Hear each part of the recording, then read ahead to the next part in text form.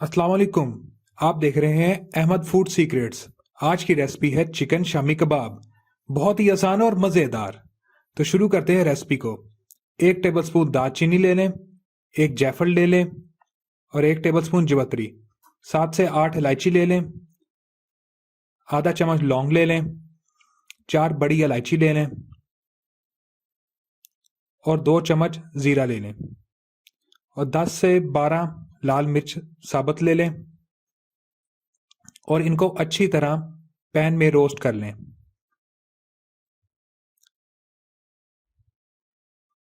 Roast करने के बाद इनको ग्राइंडर में डाल दें। सारे मसालों को एक साथ ही ग्राइंड कर लें और इस तरह हमारा शामी कबाब मसाला तैयार हो जाएगा। एक बाउल में 1 किलो बोनलेस चिकन ले लें, 250 ग्राम चने की दाल ले लें।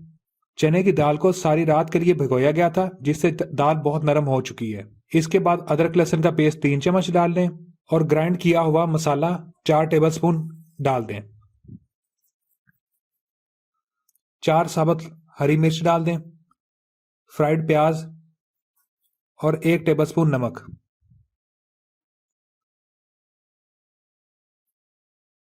इसके बाद इन सबको अच्छी तरीके से पानी के साथ मिक्स कर लें और 2 घंटे के लिए पकने के लिए छोड़ दें। पकने के बाद इसकी शक्ल कुछ इस तरह की हो जाएगी और चिकन भी नरम हो जाएगा। अब आप देख सकते हैं कि इसमें मसाले का टेस्ट भी आ चुका होगा।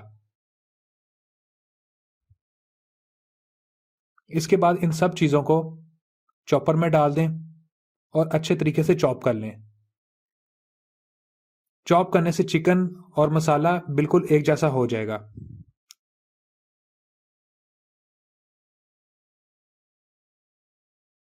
इसके बाद इसमें 3 चमचे कॉर्नफ्लोर के डाल दें, 2 अंडे डाल दें और हाथों से अच्छे तरीके से इसको मिक्स कर लें। मिक्स अच्छे तरीके से कीजिएगा ताकि इसमें अंडे का और मसाले का टेस्ट आ जाए। उसके बाद थोड़ा सा तेल डाल दें ताकि शामी सॉफ्ट बने। इसके बाद छोटे छोटे पीसेस निकाल के इसके बाद मिक्सचर को निकाल कर शामी की शक्ल दे दें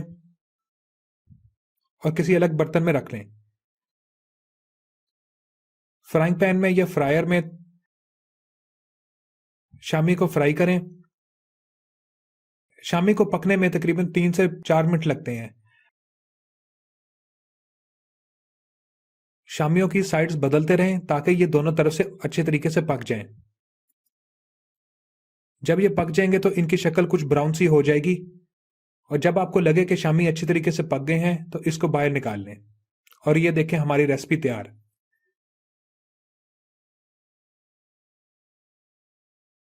रेसिपी ज़रूर ट्राई कीजिएगा और मुझे कमेंट्स में ज़रूर बताइएगा। शुक्रिया। अल्लाह हाफिज़। मिलते हैं अगली वीडियो में।